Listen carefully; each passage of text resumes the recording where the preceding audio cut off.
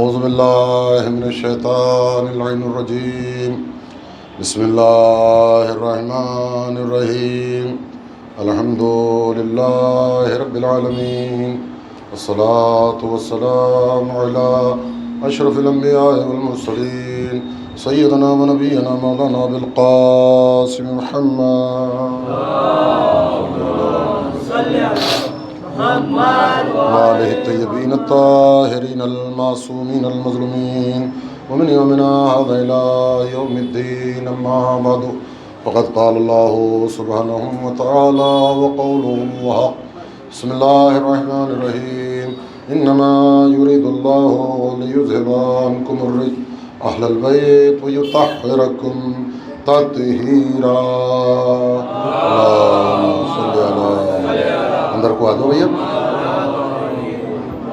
عزاداران مظلوم کربلا آئے مبارکہ کے ذیل میں آج کی یہ چھٹی تقریر آپ حضرات کی سماعتوں کی نظر کی جا رہی ہے۔ ارشاد رب العزت ہو رہا ہے میرے حبیب ہمارا یہ ارادہ ہے کہ تم سے ہر طرح کے رزق کو دور رکھیں اے اہل بیت رسول، اور تم سے ہر طرح کے رزق کو دور رکھنے کے ساتھ ساتھ تم کو ایسا پاک و پاکیزہ رکھیں جیسا پاک و پاکیزہ رکھنے کا حق۔ ماشاءاللہ اس آیہ مبارکہ سے سب واقف ہیں۔ عزیزوں، سوال یہ پیدا ہوتا ہے کہ یہ آیہ مبارکہ جس کو آیہ تطہیر کے نام سے ساری کائنات یاد کرتی ہے، اس کے جو قرآن مجید کے جمع کرنے کے وقت اس کو قرآن مجید میں ایک ایسی جگہ پر رکھا گیا کہ جہاں اس کو پڑھنے کے بعد انسان پریشان ہو جاتا ہے۔ انشاءاللہ اس کی تفسیر میں کسی اور مجلس میں کروں گا، کل یا پرسوں کی مجلس میں۔ آج مجھے آپ کی خدمت میں عرض یہ کرنا ہے کہ وہ کون سی ہستیاں ہیں کہ جن کی طہارت کا اعلان اللہ نے کیا ہے، ان کا حسب و نسب کیا ہے، کیسے وہ پاک ہیں۔ عزیزان گرامی، وہ ایسے پاک ہیں کہ خود تو پاک ہے ہی، وہ خود تو پاک ہے ہی، لیکن جو ان سے متمسک ہو گیا وہ بھی پاک ہو گیا۔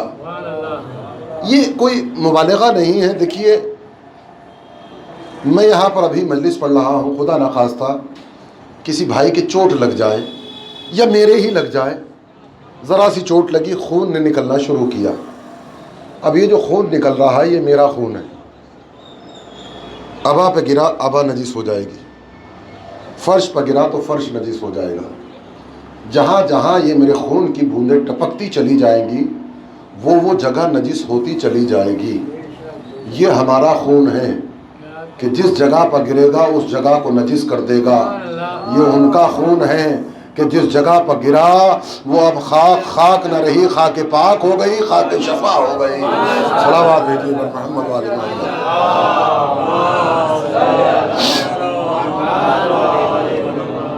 دو پہلو ہیں جو مجھے آپ کی خدمت میں عرض کرنا ہے۔ ایک تو یہ کہ وہ خاندان کون سا ہے، اس خاندان کی بزرگی کیا ہے۔ میں مسلسل آپ کی خدمت میں عرض کر رہا ہوں کہ حضرت ابراہیم علیہ السلام کے اس جملے کو جو ہے، یعنی ملت ابراہیم میں ہونے کو جناب ابو طالب نے فخر کے ساتھ بیان کیا کہ اللہ کا شکر ہے کہ اس نے ہمیں ذریت ابراہیم میں رکھا ہے، ابراہیم علیہ السلام کی ذریت میں رکھا ہے اور اولاد اسماعیل میں رکھا ہے۔ یعنی ہمارے نبی کا سلسلہ جو ہے وہ حضرت اسماعیل علیہ السلام سے ہوتا ہوا حضرت ابراہیم علیہ السلام تک پہنچتا ہے۔ عزیزوں، دیکھیے، یہ ہمارا جو زمانہ ہے اس میں لوگ بڑے بڑے فخر کرتے ہیں، سمجھے، اپنے خاندان کے اوپر فخر کرتے ہیں، اپنے اوپر فخر کرتے ہیں۔ بے شک فخر کرنا بھی چاہیے، لیکن کس منزل پر اور کس جگہ پر۔ اکثر جو ہے وہ ہمارے درمیان ایک بات آتی ہے حسب و نسب کی، سمجھتے ہیں حسب و نسب؟ ذرا سا آسان کر دوں۔ نسب یعنی کسی اعلیٰ خاندان سے کنیکشن ہونا، کس خاندان سے؟ فلاں خاندان سے، فلاں خاندان سے۔ حسب یعنی اپنی ذاتی کمالات، بہترین نوحہ خان ہوں، بہترین ذاکر ہوں، بہترین کاروبار ہے، یہ جو اپنی صلاحیتوں کو بروئے کار لا کر کسی منزل تک پہنچ جانا، یہ حسب کہلاتا ہے۔ کسی اعلیٰ خاندان سے سلسلہ مل جانا وہ نسب کا کمال ہے، اور اپنے اندر کسی چیز کو پیدا کر لینا اور اپنے کسی کام کے ذریعے سے اپنے آپ کو لوگوں کے اندر، یہ حسب کہلاتا ہے۔ مشہور کر لینا یہ حسب کہلاتا ہے۔ لیکن عزیزو، جب بات ہوتی ہے آپس میں تو پہلے نسب پر بات ہوتی ہے، بعد میں حسب پہ بات ہوتی ہے۔ کسی کا نسب کتنا ہی اعلیٰ کیوں نہ ہو، مولا کائنات امیر المومنین حضرت علی بن ابی طالب علیہ السلام کیا فرماتے ہیں کہ کسی کا نسب کتنا ہی اعلیٰ کیوں نہ ہو، جب تک اس کے اندر اپنے ذاتی کمالات نہیں ہوں گے، اس کو وہ اعلیٰ نسب کوئی فائدہ نہ دے گا۔ کسی اور پہ کیوں کہوں، میں عابدی ہوں، کتنا بہترین نسب ہے، چوتھے امام سے سلسلہ مل رہا ہے، لیکن میرے اندر کوئی ذاتی کمال نہیں ہوگا، برا ہوں، برے کام کر رہا ہوں، ساری برائیاں میرے اندر جمع ہو گئی ہیں، تو اس اعلیٰ خاندان سے ہونے کا مجھے کوئی فائدہ نہیں ہوگا۔ یہ میرا قول نہیں ہے، مولا کائنات کا قول ہے۔ لیکن کبھی کبھی ایسا ہوتا ہے کہ انسان کا نسب اتنا بہتر نہیں ہوتا، لیکن حسب اتنے کمال پر پہنچ جاتا ہے کہ لوگوں کے اندر تذکرہ ہوتا ہے۔ ایک صلوات بھیجیے تو میں آپ کی خدمت میں عرض کروں۔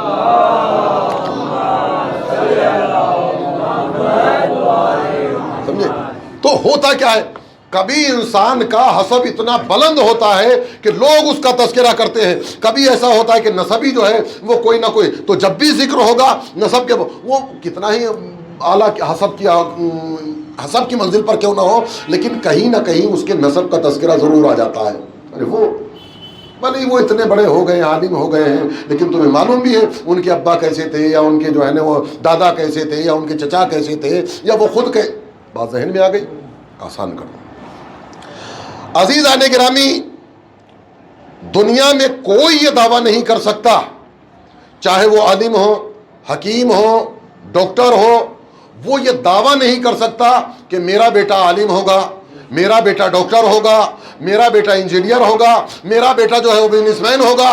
لیکن عزیزان گرامی، ساری کائنات میں کوئی خاندان ایسا ہو یا نہ ہو، لیکن ایک خاندان ایسا ہے جو کہتا ہوا نظر آ رہا ہے کہ میرا پہلا بھی محمد ہے، آخر بھی محمد ہے، اوسط بھی محمد ہے، سب کے سب محمد ہیں۔ صلوات بھیجیے پر محمد و آل محمد پر۔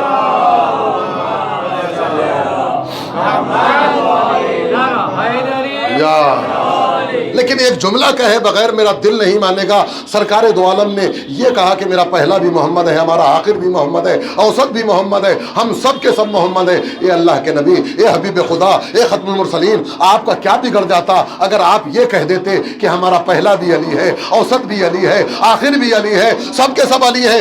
عزیزان گرامی، یہ تو ہمارے اور آپ کے سمجھنے اور سمجھانے کی بات ہے، ورنہ جیسے یہ سارے محمد ہیں ویسے یہ سارے علی ہیں۔ جب یہ پہلا علی منزل خلق پاتا ہے تو محمد کہلاتا ہے، یہ علی جب منزل شجاعت پاتا ہے تو علی ابن ابی طالب کہلاتا ہے، خلق سمجھاتا ہے تو حسن کہلاتا ہے، منزل صبر پاتا ہے تو حسین کہلاتا ہے، عبادت کا فلسفہ سمجھاتا ہے زین العبا کہلاتا ہے۔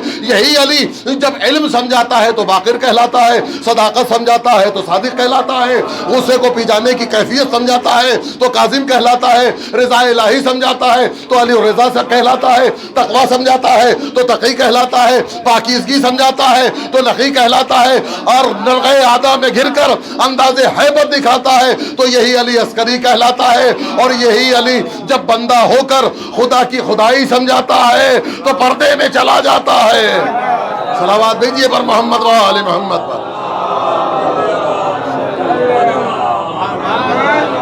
تو سوال تو رہے گا، اے نبی خدا، اے میرے مولا، اے میرے آقا، آپ نے یہ کہا کہ ہمارے سب کے سب محمد ہیں، آپ کا کیا بگڑ جاتا کہ اگر آپ یہ کہہ دیتے لوگوں کے منہ بند ہو جاتے؟ اے میرے مولا، آپ یہ کہہ دیتے کہ ہمارا پہلا بھی علی ہے، اوسط بھی علی ہے، آخر بھی علی ہے، سب کے سب علی ہیں، اور جب نہیں کہ جب بارگاہ رسالت میں آپ سے جواب آئے کہ نادان تو نہیں جانتا جن سے ایک علی برداشت نہیں ہو رہا۔ صلوات بر محمد و آل محمد۔ تو بات جو ہے وہ حسب اور نسب کی چل رہی تھی میرے دوستوں اور عزیزوں. تو یہ نسب ہے کہ جو پہلا ہے وہی آخر ہے، جو آخر ہے وہی اوسط ہے، یہ سب کے سب محمد ہیں. لیکن میرے دوستوں اور عزیزوں، میں نے آپ کی خدمت میں عرض کیا کہ اگر انسان حسب کی اعلیٰ ترین منزل پر ہو اور نسب کی کوئی خرابی ہو تو وہ لوگوں کے درمیان میں آ جاتا ہے. اچھا، یہ جو نسب کی خرابی ہے کائنات میں اس کو کوئی دور نہیں کر سکتا. نہیں یقین آ رہا؟ حضرت نوح کے بیٹے کا نسب کتنا اعلیٰ تھا، لیکن حسب نہیں تھا.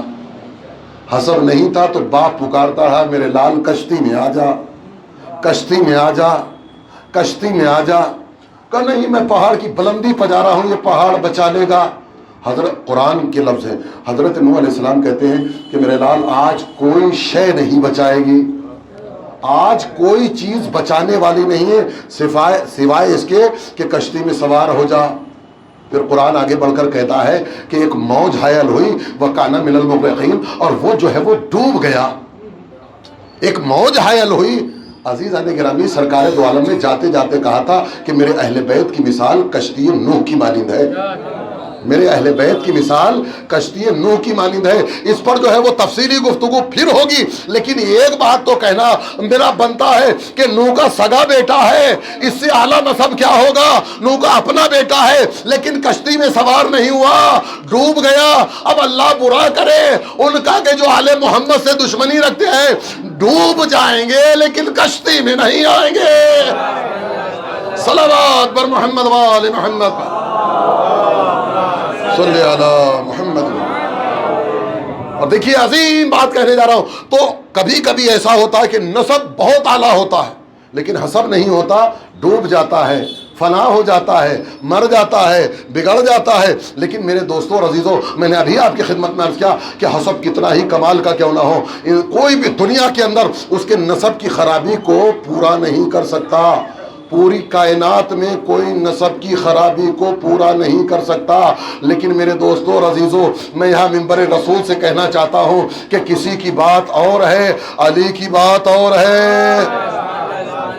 نسبی خرابی کو کوئی پورا کر سکتا ہے، کوئی بہتر بنا سکتا ہے، لیکن کسی کی بات اور ہے، علی کی بات اور ہے. کسی کی بات اور ہے، علی کی بات اور ہے. کسی کی بات اور ہے، علی کی بات اور ہے. محمد ابن ابی بکر مولا کائنات منبر کوفہ کے اوپر ہے اور کہہ رہے کہ محمد ابن ابی بکر صلب غیر سے میرا بیٹا ہے. کوئی کر سکتا ہے اس کمی کو پورا؟ علی نے پورا کیا. لیکن میرے دوستوں اور عزیزوں، ذرا منزل آگے بڑھتی ہے کہ یہ نسب کی اور حسب کی بات ہو رہی تھی. تو میرے دوستوں اور عزیزوں، حسب کتنا ہی اعلیٰ کیوں نہ ہو، نسب کی خرابی درمیان میں آ جاتی ہے. نسب کتنا ہی اعلیٰ ہو اور حسب نہیں ہو تو بیکار ہو جاتا ہے، بیکار ہو جاتا ہے، بیکار ہو جاتا ہے. لیکن ہم عزیزان گرامی تنگ نظر نہیں ہیں. ہم جو ہے وہ سامنے کی بات کرتے ہیں اور بالکل کھلے دل سے کرتے ہیں. لیکن ہمارا موقف کیا ہے؟ ہم جو ہے وہ کردار کو دیکھتے ہیں، اس کی منزلت کو دیکھتے ہیں، اس کا یہ دیکھتے ہیں کہ اس کا اللہ اور آل محمد سے تعلق کیسا ہے. ہم یہ دیکھتے ہیں، رشتہ داریاں نہیں دیکھتے، عزیز داریاں نہیں دیکھتے، دوستیاں نہیں دیکھتے. ہم یہ دیکھتے ہیں کہ اس کا تعلق آل محمد سے کیسا ہے. اگر آل محمد سے تعلق اچھا ہے تو ہم بیٹے کو سلام کر کے باپ پر لعنت بھیجتے ہیں. ہم وہ ہیں کہ جو بیٹے کو سلام کر کے باپ پر لعنت بھیجتے ہیں، بہن کو سلام کر کے بھائی پر لعنت بھیجتے ہیں، اور کبھی ایسا بھی ہوتا ہے کہ بھائی کو سلام کر کے بہن پر لعنت بھیجتے ہیں. صلوات بر محمد وآل محمد. بات منزل تک پہنچی میرے دوستوں اور عزیزوں. یہ حسب اور نسب، دیکھیے کسی کی بات اور تھی، علی کی بات اور ہے. اب ایک جملہ آپ کی خدمت میں عرض کر رہا ہوں کہ مولائے کائنات کا منزل فخر میں یہ بیان کرنا، اور آسان کروں کہ علی کا معمار کعبہ کی اولاد میں ہونا یہ علی کے نسب کا کمال ہے. نہیں، میرا جملہ پہنچا نہیں. دیکھیے میں بہت زیادہ آپ کو جو ہے وہ پریشان نہیں کرنے والا. معمار کعبہ کی اولاد میں ہونا یہ علی کے نسب کا کمال ہے. دیوار کعبہ کا پھٹ جانا یہ علی کے حسب کا کمال ہے. ابو طالب کا بیٹا ہونا یہ نسب کا کمال ہے، کلہ اجدر کو چیر کر دینا علی کے حسب کا کمال ہے، ارے خانہ کعبہ میں دست رسالت پہانا علی کے نسب کا کمال ہے، قرآن سنا دینا علی کے حسب کا کمال ہے۔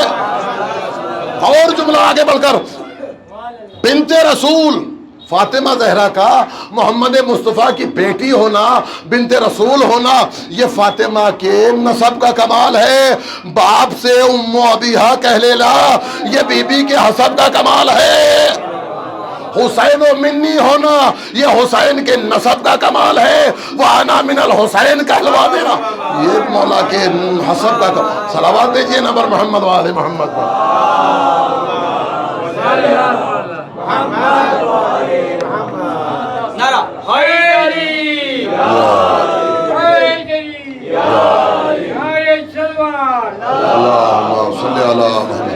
دیکھیے میں آپ کا ایک منٹ بھی جو ہے وہ برباد نہیں کرنا چاہتا، آئے ہیں تو انشاءاللہ کچھ نہ کچھ آپ کو سنا کر ہی بھیجوں گا۔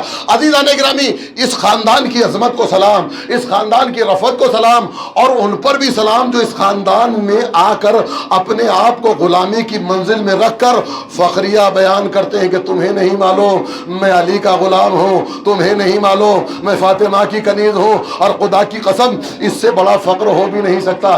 انسان فخر کرتا ہے ہم نے یہ کیا، ہم نے یہ کیا، ہم نے یہ کیا۔ کوئی مجھ سے سوال کرے مولانا تم نے بھی کوئی ایسا کام کیا جس کو فخر کی منزل پر بیان کر سکتے ہو؟ تو خدا کی قسم میں نے اپنی پوری زندگی کو دیکھا، اور دیکھنے کے بعد ایک جگہ پر آ کر رک گیا، زیارت کے لیے گیا تھا، کاظمین میں بھی عمل کیا، مولا عباس کے حرم میں بھی عمل کیا، مولا حسین کے عمل میں بھی کیا۔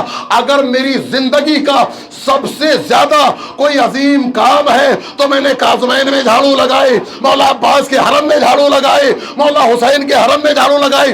اس سے بڑھ کر میری فضیلت کوئی نہیں ہو سکتی۔ تو اگر فخریہ ہی بیان کرنا ہے تو ان سے غلامی اپنے آپ کو منسوب کر دو کہ ہم ان کے غلام ہیں، پھر دیکھو کہ ساری کائنات تم کو آقا کہے گی۔ صلوات بھیجئے ور محمد وآل محمد۔ جب یہی منزل آگے بڑھتی ہے، آپ نے کتنی بہادریوں کا تذکرہ سنا ہوگا۔ مولا کائنات بہادر تھے امام حسین علیہ السلام، اور مولا عباس علیہ السلام، ان کی شجاعت کو آپ نے کربلا ہی تک محدود کر دیا۔ لیکن خدا کی قسم آج کربلا ہی سے چند باتیں آپ کی خدمت میں عرض کرنا ہے۔ 2-4 منٹ لیٹ ہوں گے، اس کی وجہ یہ ہے کہ اگر آپ نیاز کے بعد فوراً چلے آئیں، وہ پان بیڑی بابا سگریٹ اٹھنا بیٹھنا اگر نہیں کرے تو یہ میرے جو 10 منٹ آپ برباد کر دیتے ہیں یہ آپ کے برباد نہیں۔ بات ذہن میں آ رہی ہے؟ میں ابھی تک وقت پہ اتر رہا تھا، آج 10 منٹ لوں گا آپ کی۔ ایک صلوات بھیجیے بر محمد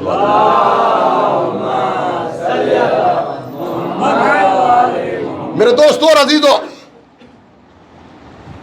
آپ نے کربلا میں سنا کہ سب سے پہلا حملہ جو ہے وہ تیر اندازوں نے کیا ہے، اس کے بعد دوسرا حملہ نہیں ملے گا۔ انسان اگر کسی حملے میں کامیاب ہو جاتا ہے تو اسی چیز کو دوبارہ پڑھتا ہے، دوبارہ کرتا ہے کہ نہیں کرتا؟ ہم اس پہ جو ہے وہ کامیاب ہوئے تھے، لہذا ہمیں یہی کام عمل جو ہے انجام دینا ہے۔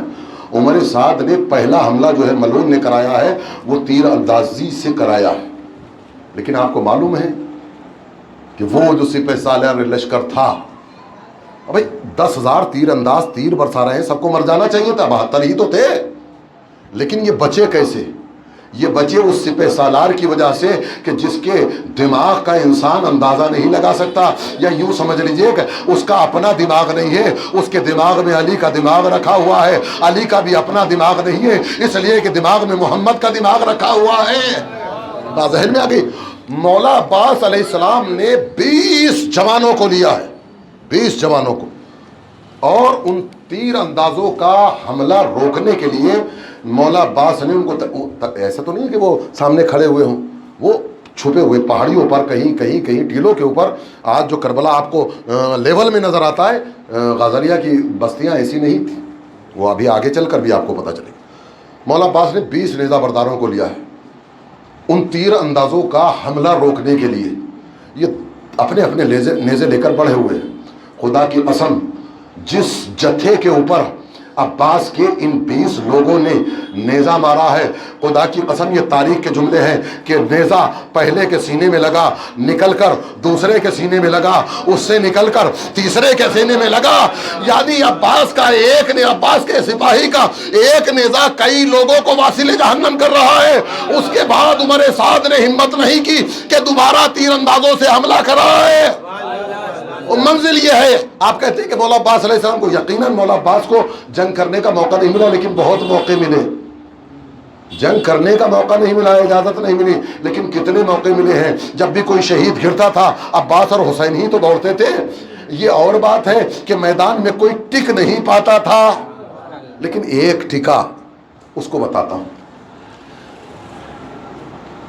جب یہ واصل جہنم ہو گئے نا تیر انداز، مولا عباس اور امام حسین علیہ السلام، مولا عباس مرتجز پر بیٹھے ہوئے ہیں، امام حسین علیہ السلام دلدل پر بیٹھے ہوئے ہیں۔ دونوں بھائیوں میں گفتگو ہو رہی کہ ایک تیر امام حسین علیہ السلام کی ہنسلی میں آ کر لگا۔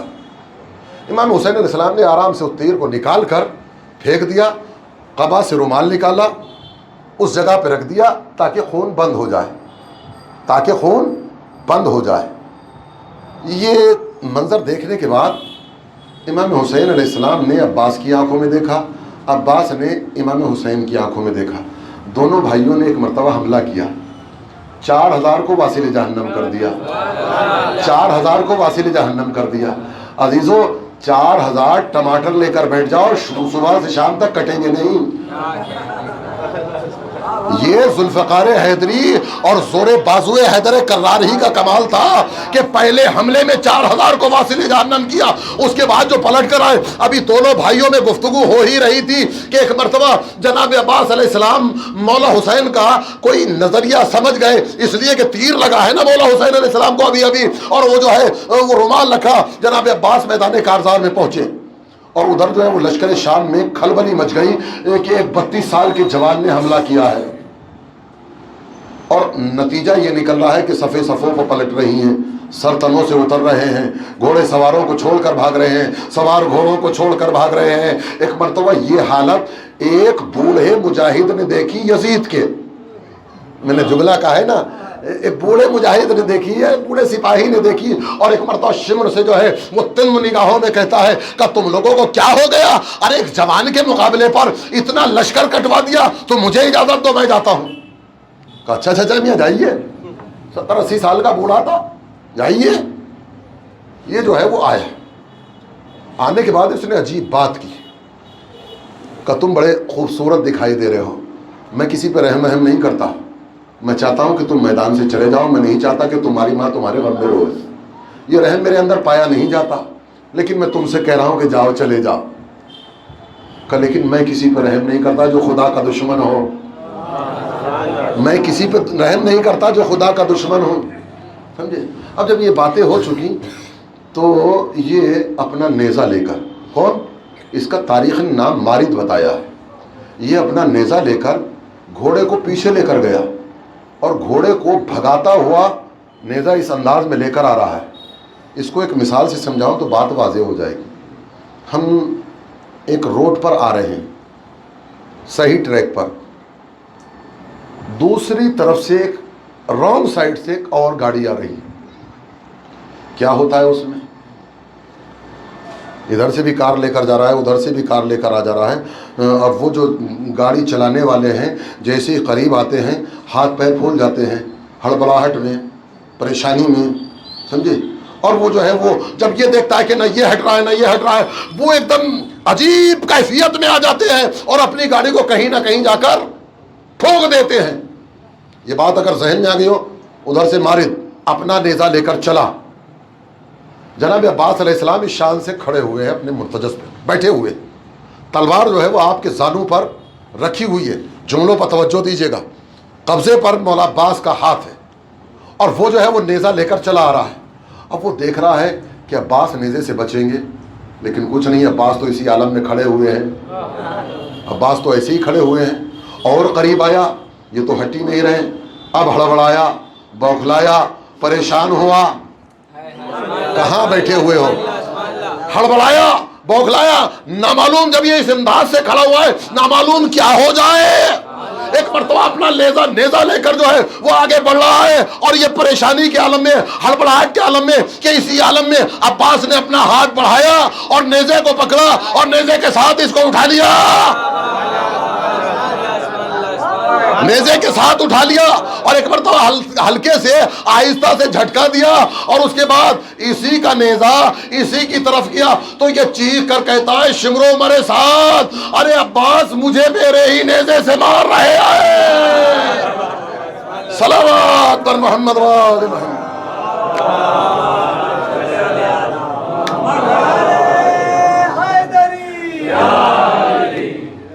اچھا، اب یہ جو گرنے والا تھا، سمجھے، مولا عباس نے اسی کا نیزہ اب جو مارا ہے تو اس سے اس کا گھوڑا مر گیا، یعنی اس کو زخم آیا، مرا یا نہیں مرا، یعنی وہ نیزہ جو ہے وہ اس کے گھوڑے یہ زمین پر گرا جلدی سے، اور گھوڑے کو نیزہ لگا۔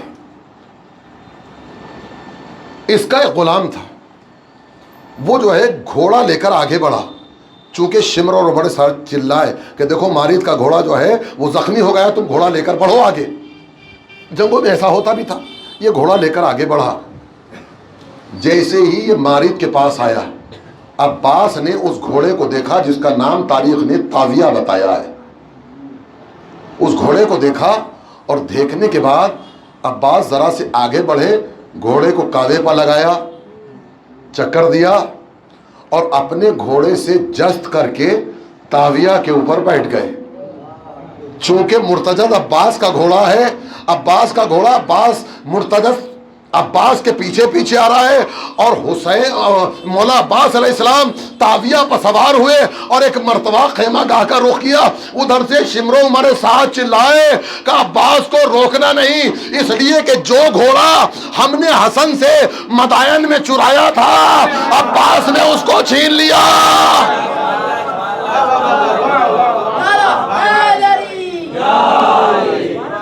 جو گھوڑا ہم نے حسن سے مدائن میں مولا کا مسلح تک چرا لیا گیا تھا، مولا کے پیروں کے نیچے سے مسلح نکال لیا گیا تھا، مولا کا لباس لوٹ لیا گیا تھا، اسی میں طاویہ تھا۔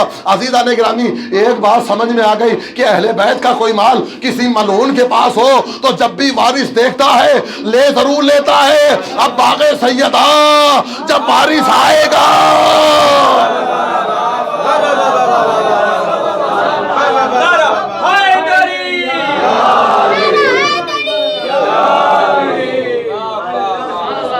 جب وارث آئے گا تو لے ضرور لے گا، دنیا کہاں رہے گی۔ ایک اور صلوات بھیجیے عظمت آل محمد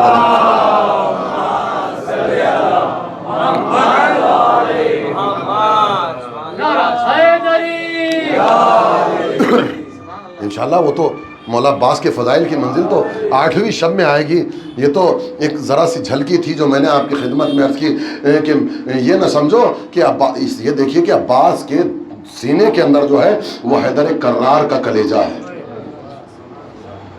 ایک ذرا سا رخ دکھا کر مصائب کی منزل پر آنا چاہتا ہوں۔ اس کے بعد جب طاویہ لے کر آئے ہیں نا مولا عباس علیہ السلام، تب کہا ہے حسین نے کہ عباس بچوں کے لیے پانی کی سبیل کر دو۔ جناب عباس علیہ السلام نے وقت نکل گیا بھائی، ایک صلوات بھیجیے بار محمد والے، چاہتا کہ کہیں کا لیٹ ہو۔ لیکن میرے دوستوں اور عزیزوں، یہ نہر عباس نے جو پہلی مرتبہ قبضہ نہیں کیا، سمجھے۔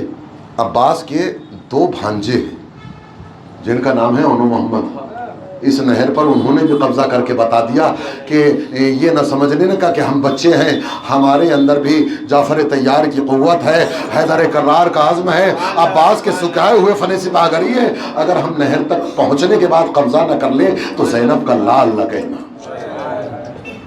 جس وقت مولا حسین علیہ السلام مکہ سے نکلے ہیں، سمجھے، جناب عبداللہ کو وہیں چھوڑ کر آئے نا، تیزی سے دوڑتے ہوئے اپنے 2 بچوں کو لے کر آئے، جلدی سے کہہ دوں۔ آنے کے بعد پتہ چلا نا، قافلے کو روکا گیا کہ بی بی عبداللہ آئے ہیں، اور بی بی لرز رہی۔ اس سے پہلے کہ عبداللہ کچھ کہتے، جناب زینب نے کہا عبداللہ جب سے میں تمہارے عرض میں آئی ہوں میں نے تمہاری خلاف طبیعت کوئی عمل سرزد نہیں کیا ہے، لیکن عبداللہ تم سے ایک وعدہ لیتی ہوں کہ آج میں اپنے بھیا حسین کے ساتھ جا رہی ہوں، روکنا نہیں۔ علی کی بیٹی میں تمہیں روکنے کے لیے نہیں آیا، میرا مولا سفر پہ جا رہا ہے، جب کوئی سفر پہ جاتا ہے تو اس کا صدقہ نکالا جاتا ہے، میں اپنے 2 بیٹے لے کر آیا ہوں، اگر کبھی میرے آقا پر کوئی وقت پڑے ایک اپنی طرف سے قربان کر دینا، ایک میری طرف سے قربان کر دینا۔ لو کربلا کا رن آ گیا، بچے اس انتظار میں ہیں اب اجازت ملے اب اجازت ملے، لیکن جب جناب عباس علیہ السلام کے خیمے کے پاس دونوں شہزادے کھڑے ہوئے ہیں، عباس سمجھ گئے، ایک مرتبہ روتے ہوئے آئے، ہم ماموں کے پاس جاتے ہیں اجازت نہیں ملتی، ماموں آپ اجازت دلا دو۔ مجھے نہیں پتا کہ زینب کے لاڈلوں کو اجازت کیسے ملی، لیکن یہ سوچئے کہ عباس و حسین نے کس کرب کے عالم میں دونوں شہزادوں کو میدان کارزار میں بھیجا ہوگا۔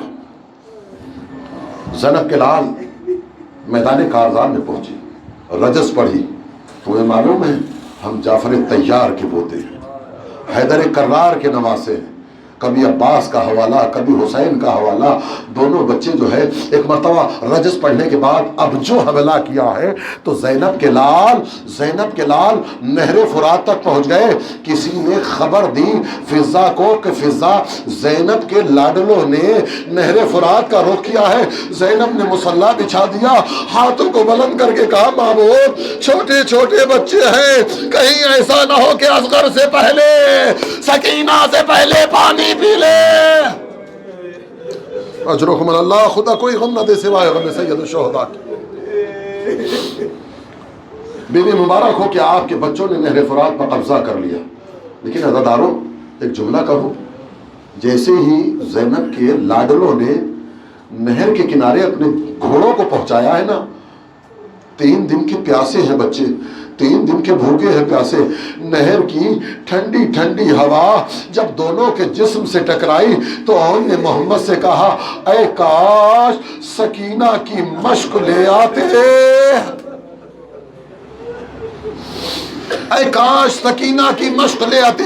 عزاداران مظلوم کربلا، ایک مرتبہ دونوں بھائیوں میں گفتگو ہو ہی رہی تھی کہ عمر سعد نے مکاری سے کام، اب جو ہے بچوں نے حملہ کیا، ایک مرتبہ درمیان سے ایک فوج کے جتھے کو گزارا گیا، اون محمد سے جدا ہو گئے، محمد اون سے جدا ہو گئے۔ ایک مرتبہ دونوں شہزادے جنگ کرتے کرتے تیورا کر زمین پر گرتے ہیں، آواز دیتے ہیں مامو ہمارا سلام قبول کرو۔ ادھر سے عباس ادھر سے حسین دوڑے۔ ایک مرتبہ جب اون و محمد کے قریب پہنچے ہیں نا، رمق جا باقی تھی، ایک مرتبہ اون نے چھوٹے سے ہاتھ کو اٹھا کر عباس کو سلام کیا، حسین کو سلام کیا، محمد کو سلام کیا، اور ایک جملہ دونوں بھائیوں نے کہا کہ مامو آپ امام وقت ہیں، مامو عباس کو گواہ بنا کر کہہ رہے ہیں کہ اماں سے یہ کہہ دینا کہ ہم نے نہر پر قبضہ ضرور کیا تھا لیکن ہم نے پانی نہ پیا۔ اجرکم اللہ، مامو ہم نے پانی نہیں پیا۔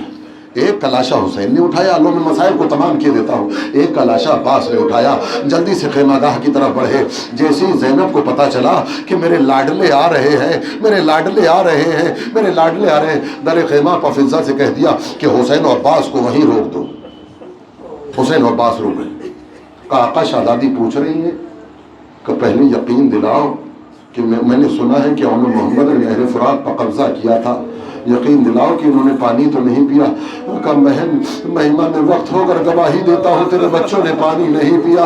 کہا اچھا ٹھیک ہے، اب خیمے میں لے آؤ۔ لو اون محمد کے لاشیں خیمے میں آئے، لیکن زینب ہے کہ اکبر کو تلاش کر رہی ہے، زینب ہے کہ اکبر کو تلاش کر رہی ہے۔ اکبر کہاں ہے؟ اکبر کہاں ہے؟ لاشیں نہ رکھنا، اکبر کہاں ہے؟ لو اکبر آ گئے۔ ارے وسط خیمہ میں اکبر کو بٹھایا، حسین و عباس سے کہا کہ اکبر کے گرد گھومو۔ ایک مرتبہ حسین و عباس اکبر کے گرد چکر لگا رہے، زینب نے ہاتھوں کو بلند کر دیا، مامو علی اکبر کا صدقہ، حسین کا اکبر سلامہ، میرے بچے فدو۔